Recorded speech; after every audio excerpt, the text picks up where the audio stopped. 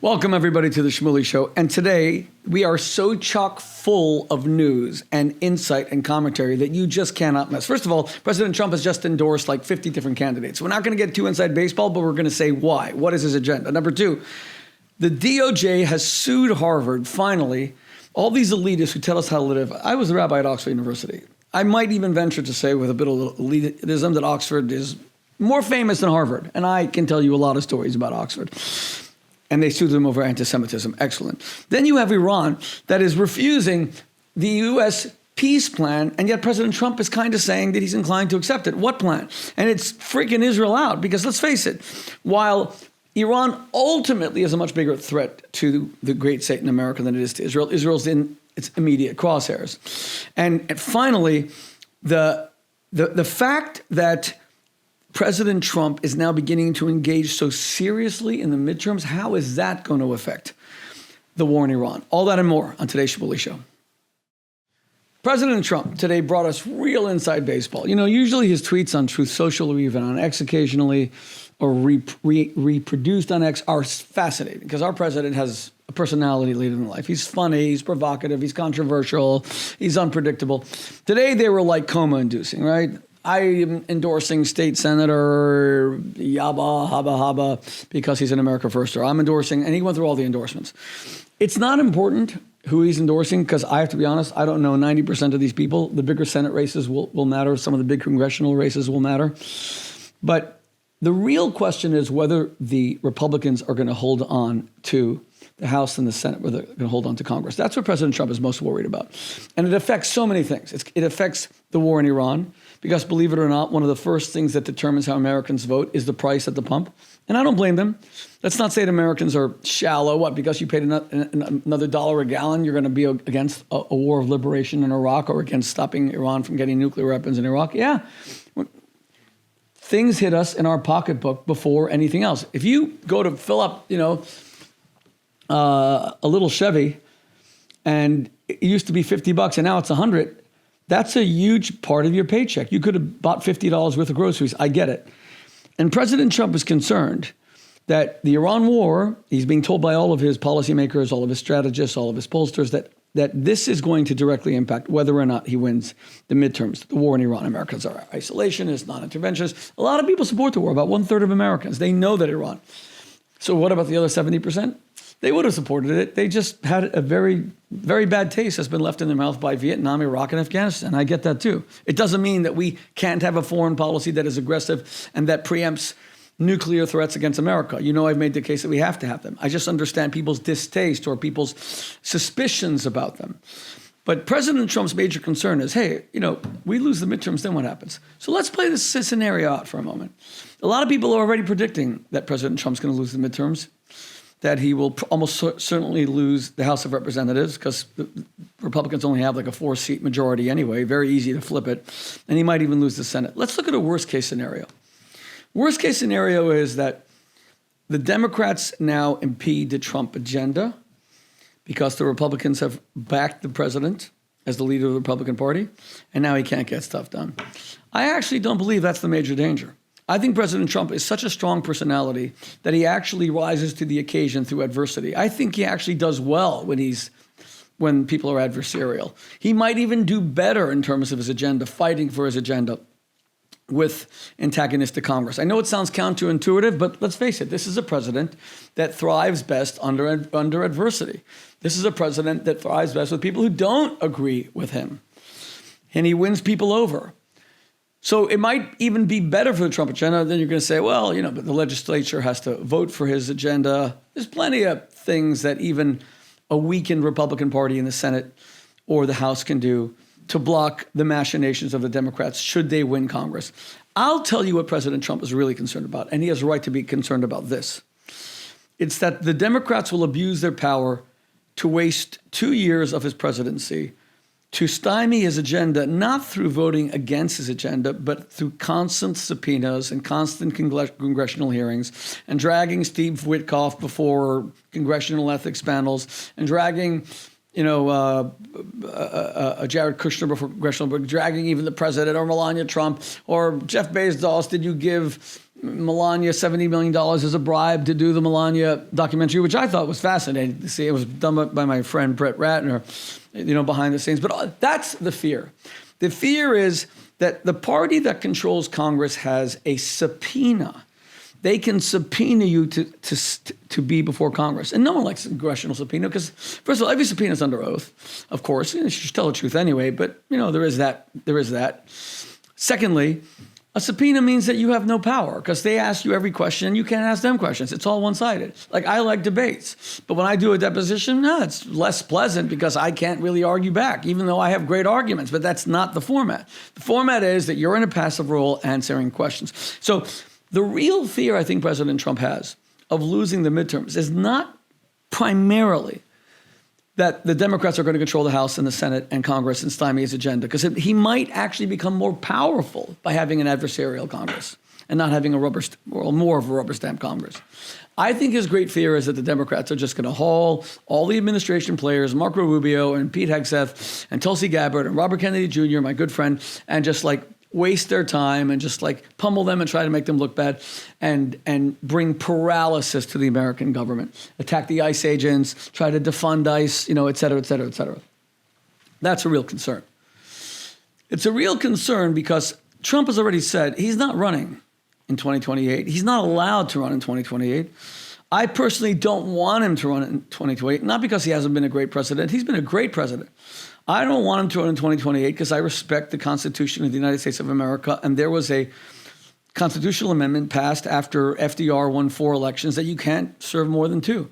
And unless you change and amend the Constitution, which takes 2/3 of the Congress and then 2/3 of all the state legislatures ratifying an amendment, and it's very hard to do, Trump can't be president. And he's acknowledged that because he does abide by the rule of law, no matter how much his enemies say that he doesn't. So since Trump is not going to be president in 2028, we've got 2.5 years left of a president who has cojones. Let me say it outright. A president with balls who will get things done and can really remake America. He's doing it on immigration. He's doing it on tax reform. He's doing it on deregulation. He's doing it on drill, baby, drill. He's doing it especially in foreign policy, stopping Iran from getting a nuclear weapon so they can blow up New York or Washington or Los Angeles, God forbid. He's doing it on fighting anti-Semitism and the curb of hatred and racism that's coming in. He's doing it on trying his best. He's been much more of a uniting force in this second administration, attacking the Democrats a lot less. They went after him with Robert Mueller big time. I was asked by Eddie, my producer, sitting right in front of me the other day, weren't you disappointed in Trump when Robert Mueller died and Trump said, I'm happy he died? Look. And then Eddie said, a president shouldn't speak that way. Listen, of course, that's not nice. A man dies, he's a father, he's a grandfather, I think, and you say you're happy. So I don't endorse what President Trump said about Robert Mueller. But do I understand it? Not endorse, not excuse. Do I understand that President Trump had the whole country to run and America's the world's only superpower, the whole world to run, and you have this fake Russia collusion thing? Look, do I believe Putin tried to interfere in the elections? Of course. Every foreign country is trying to interfere in elections. Do I think Trump colluded? Of course he didn't collude. And the way Trump sees it is Robert Mueller wasted half his administration, couldn't get things done because of a fake, and he's probably damn angry. It doesn't mean he should say that he's happy he died, and again, I'm not excusing it. I'm saying I understand it. But let's move on. That's Trump's greatest fear. Another Robert Mueller, constant subpoenas. And that's why you're seeing this whole glut of endorsements now. Now, I was asked a very good question by Eddie. Eddie, remember you asked me today? So Eddie's Jewish, committed to Judaism, and he asked a very good question that no Jew wants to be asked. But this is a Jew that doesn't refuse to answer the questions that are asked of him, thank God. Eddie said to me, what if Tucker Carlson or Candace, all these people who talk about you, they're obsessed with me. If you think I talk about them, it's only because they talk about me and I have to respond. It's not in my nature to get punched and not to defend myself, okay? What if they were to say to you, what would you put America first? What would you put, America first or Israel first? Are you a Jew first or are you American first? They're saying that you are a Jew first. It's a fair question. Fair question. But it's a disgusting question. And I'm not blaming Eddie. He's asking it because the anti-Semites are asking it. Would I go to Robert Kennedy Jr., my good friend, and say to him, what do you put first, Ireland? And the Kennedys are so proud of their Irish heritage and their Catholicism. Would you put Ireland before America? No, they'd be insulted by the question. You can have Irish heritage. Let's go further. JFK was almost not elected president because he was Catholic. What if I said to JFK, what would you put first, the Vatican or Washington? It's a false question because it creates a false narrative. There is no conflict between being a Catholic and being an American. There is no conflict between being Jewish and being an American. Even answering that question gives credibility to people's biases that the two are in conflict. Joe Biden was a Catholic. He was a great president. Were you afraid that his Catholicism interfered with his Americanism? No, he took a lot of positions against the Catholic Church. My gosh, Pope Francis said a lot of people wanted him to be, the American Catholic bishops, I think, said that Pope Biden should be given mass because he's pro-abortion, but he was still, a Catholic in good standing.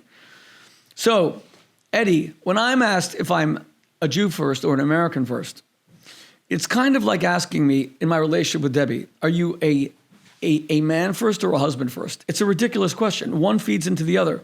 My Americanism is one of the primary reasons that I so love Israel and my Judaism. One actually enhances the other. Not only are they not in conflict, but one enhances the other. Because Israel adopts American freedoms, I love Israel politically, not just religiously, which I'm attached to from my congenitally as a Jew. And because because America adopts Israel's spirituality, because America sees itself almost as the new promised land and adopts the Bible, I love America more. So not only it's a non sequitur, it's a question that can't be asked. It's a question designed to have an answer that can't be answered because it presupposes that there's some kind of division. So like I said, if you come to me, Eddie knows my whole family. You come to me and say, Shmuley, what are you first?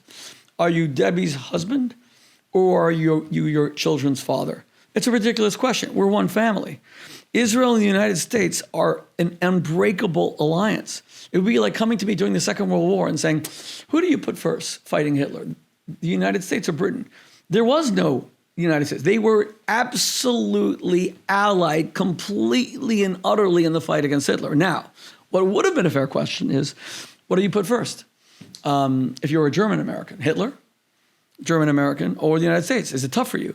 And the answer had to be, listen, I was very attached to Germany, my German roots, until Hitler came along. Now I hate Germany. That would have been the appropriate response.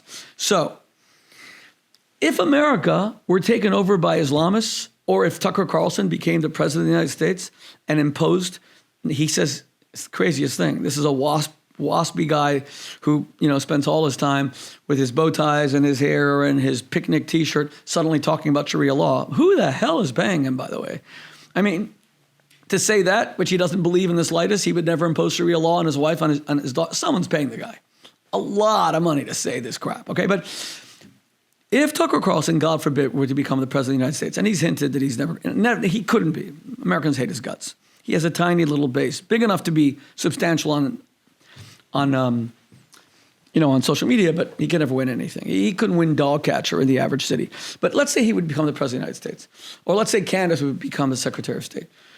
Then you can ask me, what am I more devoted to? Because now America has, God forbid, got fundamentally changed to be taken over by autocrats who are disgusting pigs, anti-Semites, but that can never happen because the American people are decent. They would never bring them on board.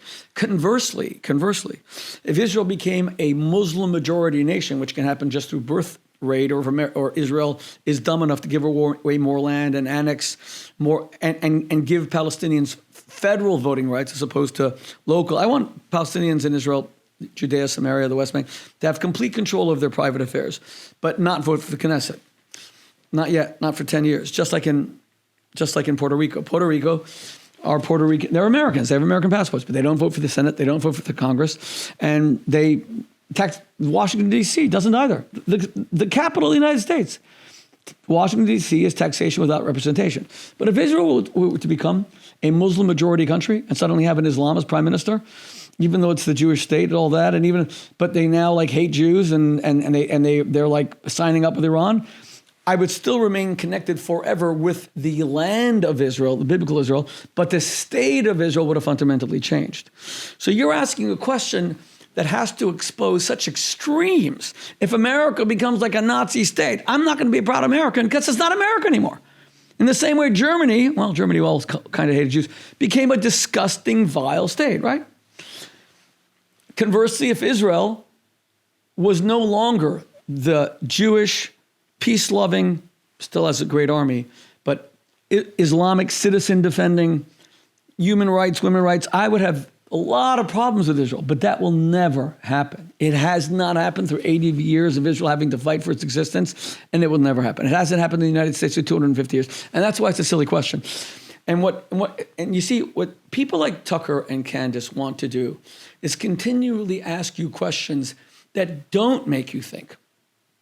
You see, that question stops you from thinking because it's a question that can't be answered. I'm telling you, it's like saying, Eddie, what are you first, a man or a human being? And your answer would be, what the hell do you mean? My humanity is identified through my masculinity, and that's why, Shmuley, are you a husband or are you a father? It's a stupid question, and it's an unfair question. So let's just stop. It's designed to put the Jews into a non sequitur so they have no opportunity. By the way, which is why I really appreciate what President Trump is doing to Harvard. He finally sued Harvard. He gave them every opportunity to pay up or stop getting federal grants. Can I ask any of you, why does Harvard need tens of billions of dollars of federal grants and federal money? Is there any reason on earth that Harvard needs? Do you know Harvard's, can we look it up a second? Harvard's endowment, I think, is what, 50 billion, 100 billion? What is it? What is Harvard's endowment? It's like more than most American cities. 50 billion, 51 billion. Harvard has an endowment of 51 billion. Let's say they get 10% on their investment. So they're getting $5.1 billion a year. That's besides tuition. That's besides grants. That's besides, just from their endowment, they're getting at least $5 billion a year. And you guys are complaining that Israel's getting $3.7 billion a year for an entire country. One little university of, let's say, 10,000 students, by the time you put in graduate students, medical schools, law schools, business schools, okay, 12,000 students. Israel has 10 million citizens, and you're complaining about 3.7 billion. Harvard is getting billions of dollars from the federal government. Why shouldn't it at least listen to the federal government? Why should you, the taxpayer, pay for a racist, anti-Semitic university, which once brought, it's America's oldest university, established by John Harvard, after whom it's named, and, was once kind of decent, not always, excluded Jews, excluded Asians. But why should you, the taxpayer, be funding Harvard, even without their anti-Semitism? Well, it's freaking nuts. If you have a $51 billion apartment endowment, you're going to the guy who's making $60,000 a year and telling him to support your students from the most elite families in the United States. Yeah, there are some scholarship students. There are some minority students. But most of them are the elite of the elite, and they get in there through connections and everything else. At the very least, don't persecute your Jewish students. At the very least, don't let your stupid campuses be overtaken by Islamists who hate Israel and want to kill Jews, because I don't want to pay for that. I don't want my money going for that. I hope you don't want your money going for that. And Trump gave them every opportunity to make peace, and they didn't want to. By the way, Columbia has gotten much better. Harvard hasn't. I was speaking to 3 Orthodox Jewish Columbia students the other day. 2 are at Columbia. One is at Barnard, which is the sister all-girls school of Columbia. And they told me, you know what? The Free Palestine crap has largely ended because Columbia was being destroyed. They didn't do it because they love Jews or they love Israel. They did it to save themselves. Columbia understood that their reputation became a big pile of utter crap. So thank you, President Trump. Thank you for standing not with the Jewish people. Thank you for standing with the American people. Thank you for standing for American values, which is that no person is persecuted based on their ethnicity or their faith, period. That's what the Bill of Rights is all about. That's what our Constitution is all about. And Biden failed us utterly. Biden was pretty good on Israel. Again, I defend Biden on Israel. Yeah, he punished Israel, no 2,000-pound bombs and all kinds. But he went against his party and his base to continue to supply Israel militarily when it was desperately fighting for its survival after October 7th, 2023. But on fighting anti-Semitism on campuses, Biden was out to friggin' lunch. Biden didn't do anything. He made it worse. Now, the far bigger question is not the threats at home on campus, which are pretty bad. And we've seen Jews die here in the United States. Mass murder of Jews in the United States, unbelievable. 11 in Pittsburgh, the Tree of Life Synagogue. A woman at the Chabad House in San Diego. I met the rabbi and spoke to him about the attack. An 80-year-old Jewish woman burnt alive in Boulder, Colorado. You can't believe Boulder, Colorado. Most peaceful, beautiful place on earth. A woman burnt to death by anti-Semites. 2 young Jews who worked for the Israeli embassy gunned down 5 minutes from the most secure location on earth, just outside the White House. Jews are being killed. 15 Jews killed in Bondi Beach. Bondi Beach is arguably the most famous beach in the world. I lived right near Bondi Beach.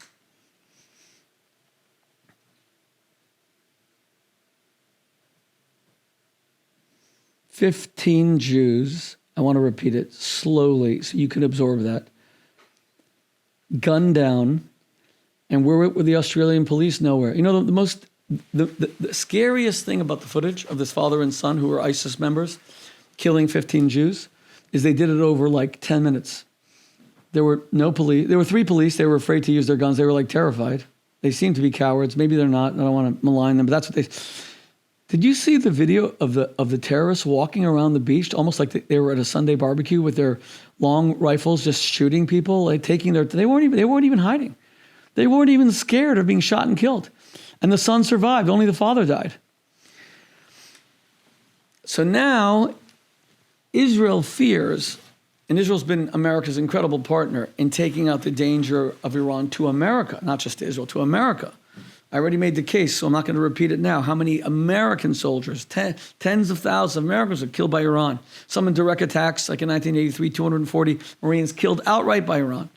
And then thousands killed in Iraq and in Afghanistan for the past 20 years. American soldiers blown up by IEDs by Iran. Israel has been America's great partner. And what Israel's fear is right now is, what will happen if President Trump signs a separate peace agreement? Now, Franklin Delano Roosevelt was very, very, very careful never to even discuss peace terms with Hitler without even Joseph Stalin, let alone Israel. Joseph Stalin was a killer. Joseph Stalin, the strange thing about it is, Joseph Stalin was Hitler's ally. He's the one that signed the Ribbentrop-Molotov pact that divided Poland in August of 1939, which started the Second World War on the 1st of September 1939. And Stalin was a pretty frickin' bad guy. In fact, Khrushchev gave a speech after he died, cursing him out. Israel was the first one, the West wanted to get the speech. Mossad got the speech and gave it to the West. Stalin was an animal. He was a monster. And even so, FDR never even discussed peace terms without his ally, Stalin, because Stalin was also very suspicious. Israel shouldn't have to find out through third parties or the media what Trump is negotiating. And I'm sure Trump would never do that to Israel. There has to be an agreement as to what the peace treaty will be between Iran and the United States, if there's any terms, if there can be any peace at all. So here's how it should play out. Do I believe there's going to be regime change in Iran? No, my friends. Sadly, no. And I know you think maybe I'm a defeatist, but I know that revolutions have to come from the bottom up. And the Ayatollahs, my father was born in Iran. My father said to me before he died, the Ayatollahs are prepared to kill 10 million of their people before they go out of power.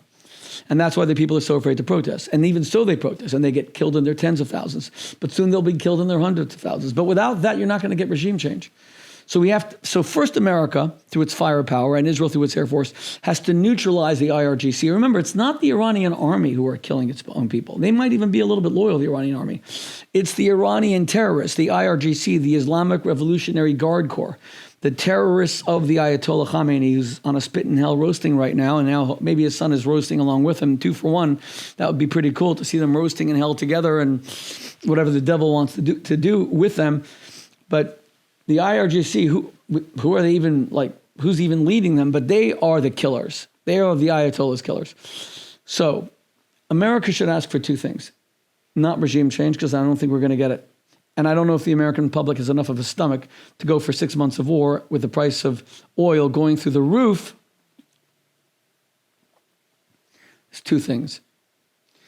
America must demand the total cessation of any and all nuclear enrichment whatsoever. Iran cannot have any nuclear program, not a single centrifuge. Forget about enriching uranium for weapons grade. We're talking about there cannot be any enrichment, period. Nothing, zero, nothing.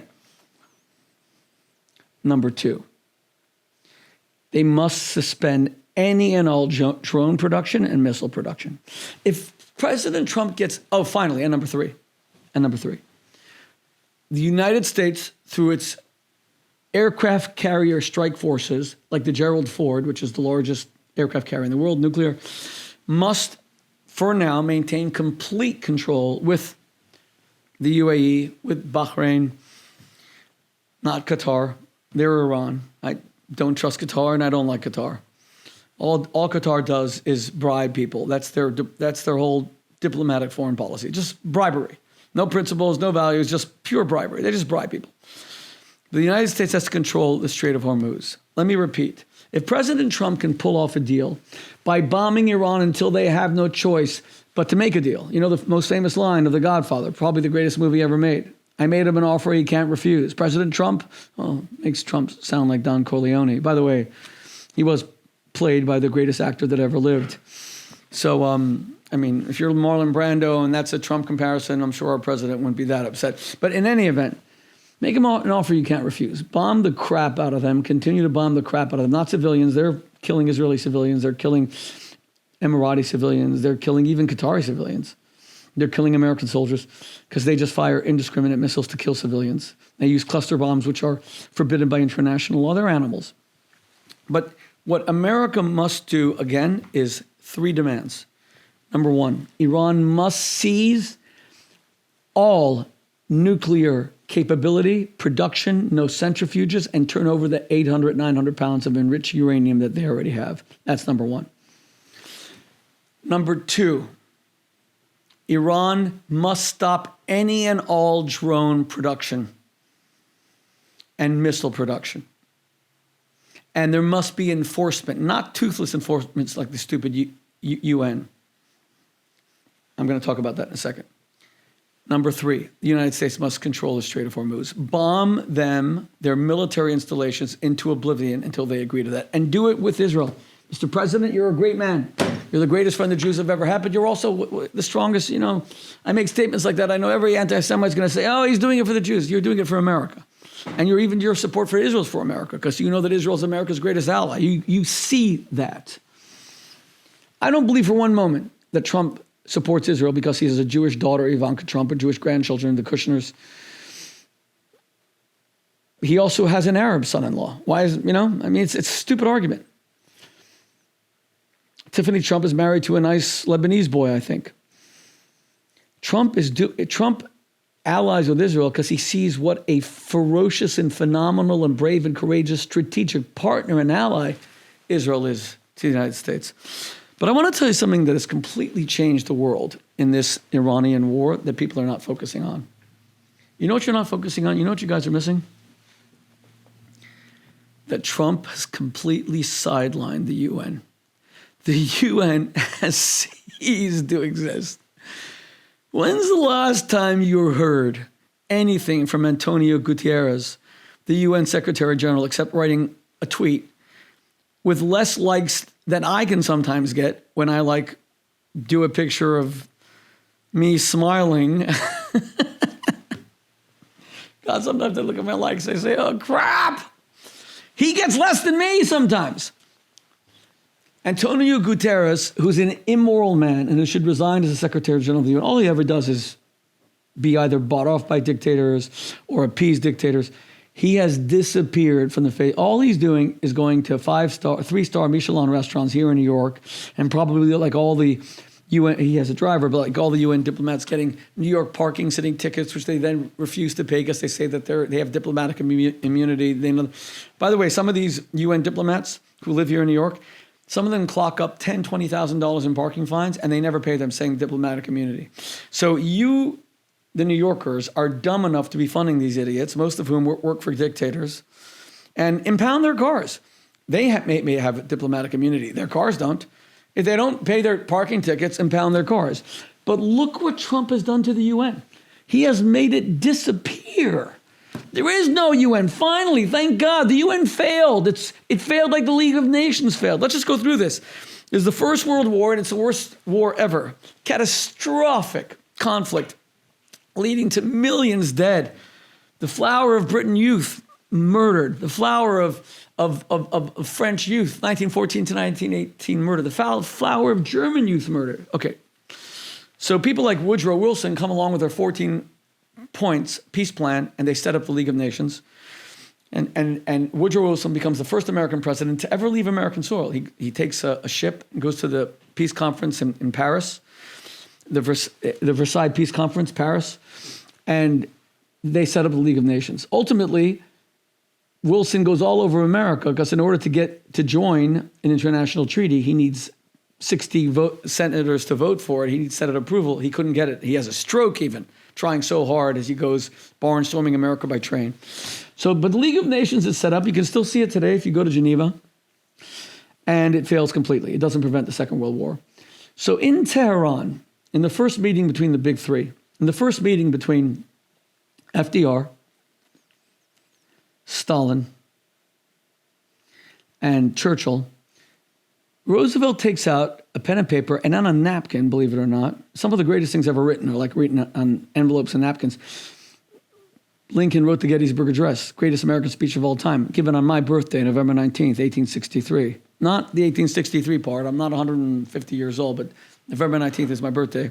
And I'm very proud that I was born on the day that the most famous American speech of all time was given. And Lincoln drafted it on an envelope. And Edward Everett spoke for him for 3.5 hours, and Lincoln got up and spoke for a minute and a half, and everybody laughed at Lincoln thinking what a terrible speech, and look at what the Gettysburg Address does. And there was never a greater summation of what America means than the Gettysburg Address. Government of the people, for the people, by the people. But FDR does the same thing. He takes a pen and paper and he draws out the outline of the United Nations. And the idea was there would be 4 policemen, 4 people that would guarantee world peace. It would be America, Russia, Britain, and they would add France. Why France? France really were collaborationists with the Vichy regime, with the Germany. I don't think they should have been added, but maybe out of respect for Charles de Gaulle, who did fight the Germans the entire time. Okay. And it was all FDR, Franklin Delano Roosevelt's dream, the UN, so much so that he was planning to go to the opening session in April of 1945, but he died on April 12th. And after that, the United Nations went down the toilet. It just became a way of protect. The United Nations does only 2 things. It protects dictators. It hates Israel and Jews. That's it. If you want to sum up what the UN does, the UN protects dictators, mostly Islamists, and communists, and like Fidel Castro with his shoe, or Khrushchev with his shoe, or was it Fidel Castro? It's hard to remember. Was it Yasser Arafat with his gun holster? And Khrushchev was his shoe. And what did Fidel Castro do? He came in his green uniform. So it either protects dictators, communists, Islamists, or otherwise, or it hates Israel. Everything is just hating Israel. But the fraud is not being perpetrated on the world. The fraud is being perpetrated on you, the American taxpayer. We Americans are idiots. We pay $1 out of every $4 to $5 for this disgusting, stupid UN that takes prime real estate 3 miles from here. We could have built a New York Jets or Giants stadium. You know the New York Jets and New York Giants play here in New Jersey, where I'm broadcasting from? It's funny because they're called the New York Jets here. New York, they are in the Meadowlands, New Jersey, because they don't have a stadium in Manhattan or any of the other 5 boroughs. We could knock down the UN finally and build a giant jet stadium, because the UN is it's not just a waste of time, it's an embarrassment. And the fact that you're allowing your taxpayers to be funneled to UNHRC, United Nations High Commission for Human Rights, or UNHRC, United Nations, there's 2 of them that are a joke. There's the United Nations Commission for Refugees. They do semi-good work. My dear friend, producer, colleague, friend Gabe worked for them. They do semi-good work. But then you have the United Nations Human Rights Commission, UNHRC. What a joke. Countries like Cuba and North Korea on it. Could you imagine? Kim Jong-un is telling you about human rights. Fidel Castro is telling you about human rights. Vladimir Putin is telling you about human rights. Kim Jong-un starved 800,000 children to death, and he's on the United Nations Human Rights Commission. Fidel Castro killed tens of thousands of people, dictator, disgusting, impoverished Cuba. He's telling us about human rights. The UN is a joke. One of the greatest accomplishments that historians will see, take my word, one of the greatest accomplishments that historians will see in the future that's happening passively, very passive-aggressive by Trump by setting up his peace board, is the total alienation and utter destruction and the irrelevance of the UN, which sucks. The UN sucks. Let me say it again. The UN is immoral, amoral, wicked, evil, lies. They didn't even protest the rape of Israeli women after October 7th. They had to be pushed into it. Jewish life is worthless to them. And by the way, they did the same thing to Rwanda. President Paul Kagame of Rwanda, who's a friend of mine and who I visited Rwanda 3 or 4 times to highlight the Rwandan genocide, and he spoke at one of our events, a debate with Elie Wiesel. Elie Wiesel was the most famous witness to genocide, and Paul Kagame is the only man who stopped the genocide in 1994, after 880,000 Rwandans had been killed. The Hutus who slaughtered the Tutsis, 333 people a minute for 3 months. The world didn't care. They were poor Africans. They had no oil. No one gave a damn. They were black. Who cared, right? You know who didn't care the most? The UN. And you know who the Secretary General of the UN was then? A black man named Kofi Annan, who died recently. Kofi Annan was a wicked, evil man. He was, at the time, not the head of the UN. He was the head of the UN International Peacekeepers. And he ordered General Romeo Dallaire, a French Quebec citizen in general, who was in charge of the UN forces. He ordered him to stand down, because remember, the Rwandan genocide was a low-tech genocide. They didn't have gas chambers. They didn't have machine guns. They had machetes. It was all done by hacking people to death. That's a lot of labor to kill 333 people an hour by hacking them to death or drowning them in rivers. There were so many bodies of the Tutsis in the rivers in Rwanda that they dammed the rivers. The body became a natural dam. You know the way we build Hoover Dam like outside Las Vegas? It was damming the rivers and creating lakes. And what did Kofi Annan do? He told General Romeo Dallaire, stand down, do nothing. And those original telexes between Romeo Dallaire in Kigali at the time and Kofi Annan in New York exist as you walk into the equivalent of the Rwandan Holocaust Museum in Kigali. I think it's called the Genocide Memorial Museum. You see the actual telexes where Kofi Annan and the UN say, don't intervene to stop the genocide, leave. He ordered him to leave or to stay keep 300 soldiers for a tiny humanitarian mission, but don't stop the genocide. That's what the UN was created for.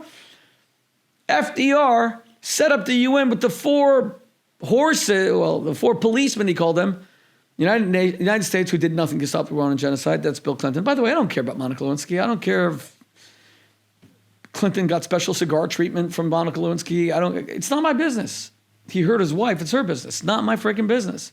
I do care that he did nothing, crapola, to stop the Rwandan genocide. And by the way, at the end of his presidency, he actually went to Rwanda to apologize and said it was the worst mistake of his presidency. Do you know that he stayed on the ground for only 2 hours in Kigali? He was there for so short a time that the pilots decided it was cheaper to keep the engines of Air Force One running instead of just turning them off and restarting them. That's how short a trip Clinton made to go and apologize to 1 million people who were slaughtered. I was, on the 20th anniversary of the Rwandan genocide, I was the guest speaker in front of the Secretary General of the UN. I think it was Ban Ki-moon at the time, Samantha Power, who was supposed to be anti-genocide. She was my friend, America's ambassador to the UN, until she betrayed the whole genocide issue tremendously by doing nothing in Syria. Nothing, because President Obama, her president, didn't want to do anything. The UN sucks, and what Trump is doing with his Board of Peace and what he's doing in Iran is totally marginalizing the UN. I still remember, even with President Bush, 43. Remember, before he went to the war in Iraq, he went to the UN 1 million times. Now, we can debate whether the war was a mistake, whether it was the right thing. Most Americans, based on the outcome today, believe that it was a mistake. They didn't find weapons of mass destruction. But most importantly, there's no democracy in Iraq. It's an Iranian proxy, unless we destroy the Iranian regime. But how many times did President Bush go to the UN and beg for their approval? Screw them. Did you see Trump even tell the UN he's going into Iran? No, because they would have protected Iran. Because the UN allowed Ahmadinejad, the president of Iran, like in 2012, to get up and give a speech in the UN calling for Israel's annihilation and calling it a cancer. That's why one of the greatest achievements of the Trump administration is the utter marginalization of the UN. So here you have, so we covered a lot of the Trump agenda. We covered a lot of what I think are President Trump's fears about the midterms and constant Democratic subpoenas. We covered a lot of, we thank President Trump for what he's doing at Harvard. And don't listen to these elites. They're not better than you. I was the rabbi at Oxford University. I'm not going to get into that right now, but I saw back then, Oxford is the most famous university in the world. Were the students smart? Yes. Were they the smartest people ever? No. Did they work hard and diligently? Sometimes. Did they drink a lot? They drank a hell of a lot. Don't listen to the elites. You are one of the elites. Use your own brain. Let me repeat that refrain where I'm going to give you a frickin' headache, where I say it so much until it's banging in your eardrums. Watch the Shmuley Show and think. Don't watch the Shmuley and say, hey, do you hear Shmuley said this today? And I wanted to tell you that. No, you should say, Shmuley said this today. What do you think? Or say it to yourself, Shmuley said this today. Think. America is brain power. We are AI. We invented the internet. We landed a man on the moon. We have the greatest scientists. We have the greatest theologians. We have the greatest universities. Think. We're not morons. We're not imbeciles. All the haters on the internet want you to be a ditto head. They want you to sit there and say, yeah, your brain, Candace, if your brain is pulp, mine is pulp too. Yeah. Brigitte Macron, even though she has a vagina and had 3 kids as a man, yeah. And Tucker Carlson, Sharia law, and stoning women to death is better than letting them go to the beach and put on a bikini. Yeah, they want to turn your brain into pulp. This is pulp thinking. And I don't want you to agree with me. Debate me. Agree with me. Criticize me. Comment. Tell me who you want me to have on the show in order to debate me, and I will have them. I want to restore democracy in America where we have different sides with different opinions. I don't want ditto heads. Do you know how much Megyn Kelly has humiliated herself with memes on the internet where you literally see some of the worst female anti-Semites in America saying stuff where she repeats it word for word a day later? I mean, I'm not even talking the same ideas. I'm talking the same frickin' script. Megyn Kelly has humiliated herself. She doesn't think. God bless you guys.